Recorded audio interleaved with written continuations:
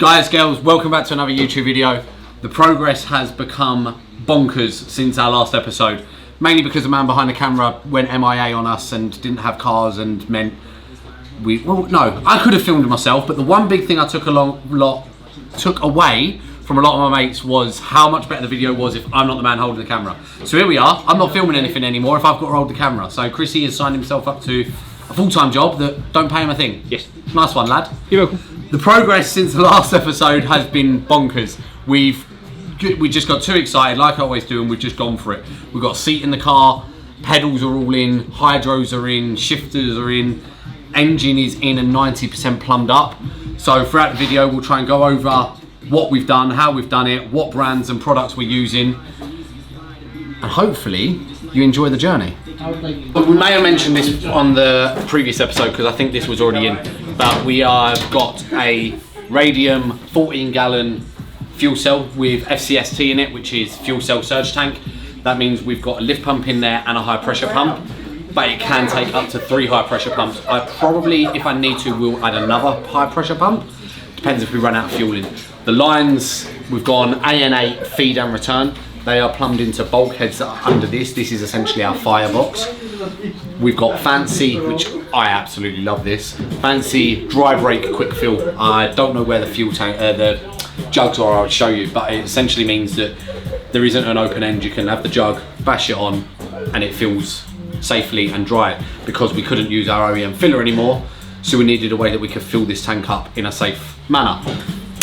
So that looks nice. We powder coated it, added radium stickers front and back just so people know what it is. Still got to wire our wiring here into that part, but again, that is near enough done. While you're there, you can see my tiny little race battery with its nice little cage. And then we may as well talk about, while we're here, my seats. We're working with Cobra Motorsport again. You'll actually see behind you, that's the one from Ben's car last year. So they are the exact same seats because they are shorter. S chassis are a pain to get good seats in and fit. And Steve's about 4'3". And I'm about 4 foot. I mean, you're not much taller than me. I know, but I've got to take that. Every little helps. Again, subtitles for the Scottishness. Oh, that wasn't. No, but yes, new colourway, S13 Motorsport branding on. Is it on that side? Yes. Excellent. S13 Motorsport branding on the ears of the chairs. Because of the silver theme inside, I wanted to go with the white silvery grey stitching. IRP shifter, IRP hydro. There was no way. I drove Neil's BMW all winter in the Winter Battle Series, and I absolutely love the IRP hydros. It's the only hydro I'll now use, so had to go for the same matching combo for that because they are sick. For electrics and all of our management, we are working with ECU Master. So we have got their EMU Pro 8. This is all of our engine management. PMU 24DL, so this controls all of our electrics on the car. So lights, starter motors, alternators, pumps, fuel pumps, that is all run through there, along with their USB to CAN, so that we can, so Ross can plug in and code everything. Fancy battery isolator, so that is essentially our electric power cut. I decided to get all Mr. Fancy and go Radlocks, which when I get around that side I'll show you what they are. Absolutely not necessary, but they are so cool. So added them for the battery isolator, and then all of our wiring was done by the guys in the States, Wiring Specialties. We run their chassis harness and engine harness in Ben's car with their own PDM unit. So reached out to them, see if they were able to help us and get involved with this one. They have a sort of off-the-shelf chassis harness for an S-body, and then they were mega helpful. They was able to add in extra bits we needed, like relays for heated windscreen, front brake light, and loads of other little bits that just makes the harness that much easier, because I know getting a harness built is very expensive and takes quite a while for someone to do, and normally you have to get your car completely done, then send your car off for wiring. So we actually managed to have our full engine and chassis harness here before we were even ready for it, which was absolutely sick. Forgot to mention with the seats, again, we ran this setup in Ben's car, but we tweaked it a bit. TRS Motorsport, we are running their harnesses again this year. We did have 4 points, which I think they're 150mm wide maybe? Does that, reckon that's right? But The harnesses, the 4 points, 150mm wide straps? Was that too wide? I don't know, I just go off in the Americans, so 3 inches, 2 inches. Yeah, whatever he said. Anyway, they were normal, I would say they're normal size width ones, but the 6 points, we had the option now of pulling them down to, I think they were 50mm width, which makes it a lot more comfortable for the driver. So 6 points for the driver of this car, 6 points for that, and then we've got new 4 points for the passengers. But the 4 points this time have got the adjusters by the buckle, because last year trying to get passengers in the car was a bit of a headache because the adjusters were down the side. So whoever come up with the whole idea of adjusters by the buckle, really good idea. So we'll get those in soon. I did film a lot of this video beforehand, but it was me filming it. It just weren't really vibing. So all of the engine is already in because of that. I don't know how much we mentioned in the previous episode, so we're going to go over it all anyway. 2JZ GE, Wasner rods and pistons, 86.5mm, so we've bored the block 1/2 mil, decked the head, new head gasket, BC springs and retainers, so the engine is pretty nicely built. I would say it isn't overkill. I may do a set of cams further down the line if I need them. These absolutely finish it. The Ichiban billet cam covers, these are the OEM style, so I believe they're more like a GTE style. They do a slimmer one, but I just love the height of them. For me makes it look absolutely unreal. Makes it look like you bought a GTE. Yeah, but, well, yeah. That wasn't even why I bought them. He's being that guy. Intake manifold that is just obnoxiously large. We've added nice little bits of purple. He's going to call me out on it. I originally wanted to kind of go for like a murdered engine and have it all black. And then You wanted it to look industrial. Okay. That's what you wanted. So I got away with painting the block black. So I got my part done. By the way, we've had a little bit of a water issue right in between. No, don't, because if it's Big wires. big up the boys. Anyway, we decided to go everything silver, and we've added some purple. So we've got purple on our injectors, timing belt, adjustable cam pulley that we absolutely will never adjust, but it's purple. This is big enough.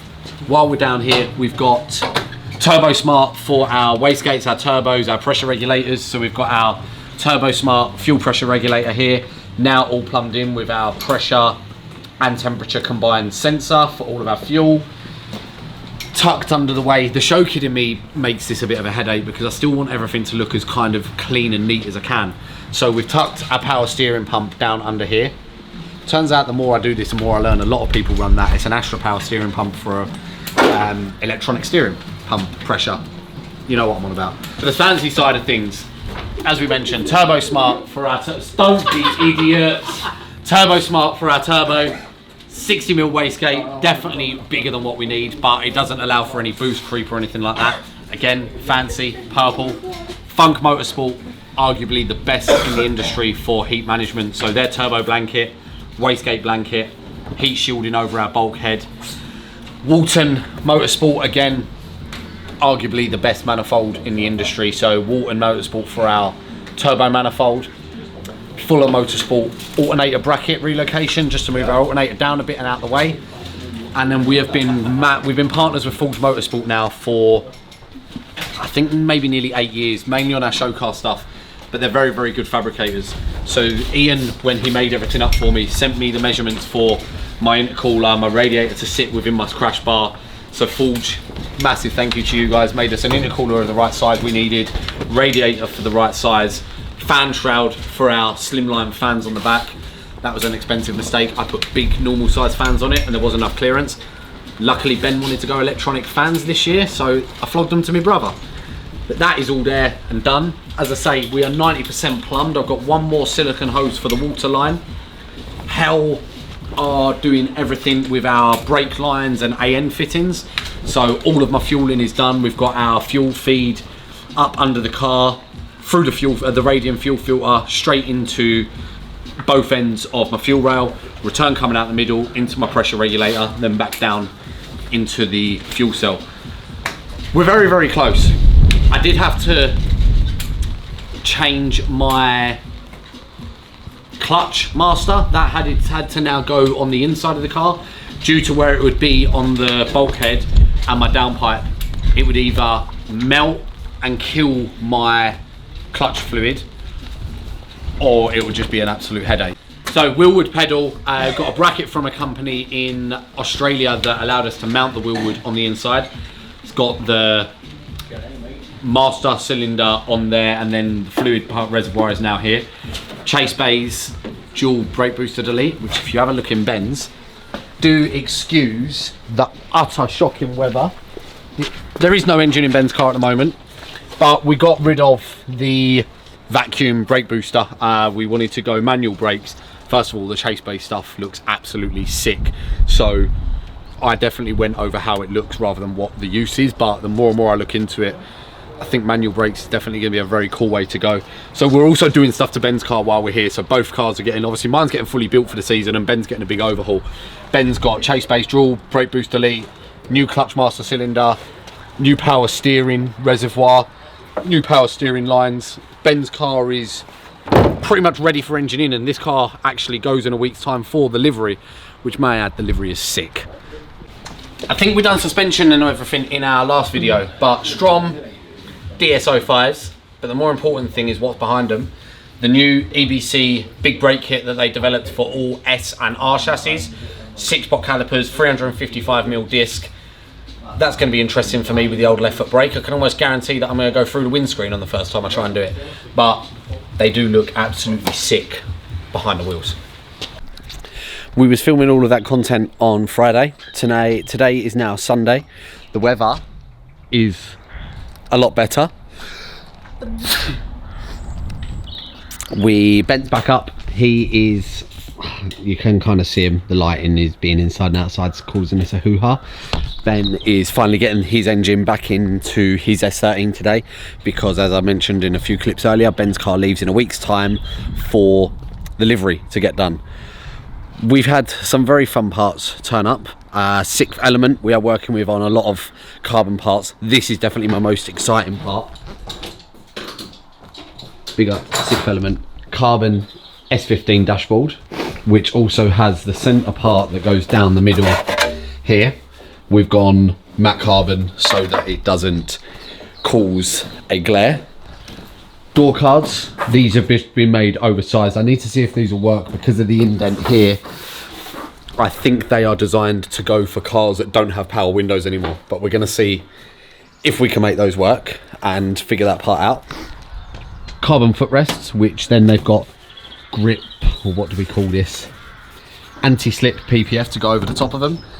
And then the most fancy parts, they also do 2J carbon timing covers. They do the entire lot. I've only gone for bottom part, middle part, and a clear pulley over the top. So we've had to rip all the front back off because we actually need to fit our ATI harmonic damper. Get that fitted. We needed to wait until the timing cover turned up so we could do that. Well, actually, now I've looked here, oh no, we definitely did need to. So that delayed us a little bit, but we're there with that. So we can get the timing cover on, harmonic damper on, all the front end bolted back on. We found, this isn't as much of a good update, but we found a crack on Ben's subframe. So we've actually got someone coming tomorrow morning to weld that up. So then the engine will go back in this car now tomorrow morning. Only a day's delay, that ain't the end of the world. Ben's interior has been looking very sorry for itself. So he's just given it a full clean out. He's going to touch in some paint where we had some brake fluid out of the hydro leaking. So he's going to get all of that done. Ben's car has got one of his passenger seats. What, one of them passenger? His passenger seat is here, that's going to go in. We've got a full new cover that's actually now going to have B20 on the side. So we're redoing that seat. And then Ben has got new harness set up, same setup as what we've got in my car. So the thinner 6 points and a new pair of 4-point. Again, like we were saying, with the buckle with the strap adjustment at the buckle, so it's a lot easier for passengers to get in and out, strap themselves in quicker and things like that, because the old ones were a bit of a headache. We've got some good updates. We have got our full timing cover now on, carbon top and bottom, clear cover to protect the pulleys. By the way, yes, there is not a lot of clearance here. We are running very, very tight. Our harmonic damper is on. Our S15 dash is nearly in and done. We've just got to trim a little bit out the middle here so that we can get the gaps on either end in correctly. Then I need to pull the hydro out to mount the middle section and then cut some out for the hydro to go back in. Dash going in is massive part for me, because then that now means I can get my keypad mounted, I can get my kill switches mounted, I can mount my ADU display. So this is where I start getting really, really excited, because man, we are so close now. I am losing my head. We are starting to look like a car. How sick does that look? 6th Element S13 matte carbon dash, ECU master, ADU 7. Let me go around the other side. I'm like a kid in a candy shop right now. 6th Elements carbon center console section. We've got our CAN keypad. I saw this online, kind of liked it. It's what is going to be my power cut button. We need to get a fire extinguisher system pull on here as well. I'm waiting for my suppression system. I did have an extra pull cable and I've no idea where it's gone, so can't do that yet. Trying to figure out where I'm going to do that. I was going to do that up here, but I don't know how stable this will be if I have to pull it there, so I may put it down here. Still working on that bit. Need to figure out a way of mounting the dash in so it's secure, but I can definitely get my windscreen put in this week. And man, it is all finally coming together. I am so excited now. We are so close. Few weeks. Ian Waddington's up to do the boost pipes and the exhaust, and then we should be turning the key, because while Ian's doing that, Ross Ogilvy, Levels Racing, is going to code all my PDMs to hopefully be ready to turn key when we're at that point. So fluids in soon. But if anyone can't tell yet, I'm mega excited for this. I'm going to end this video here because that is a hell of a lot of update. I don't want to kind of just make this video go on and on and on.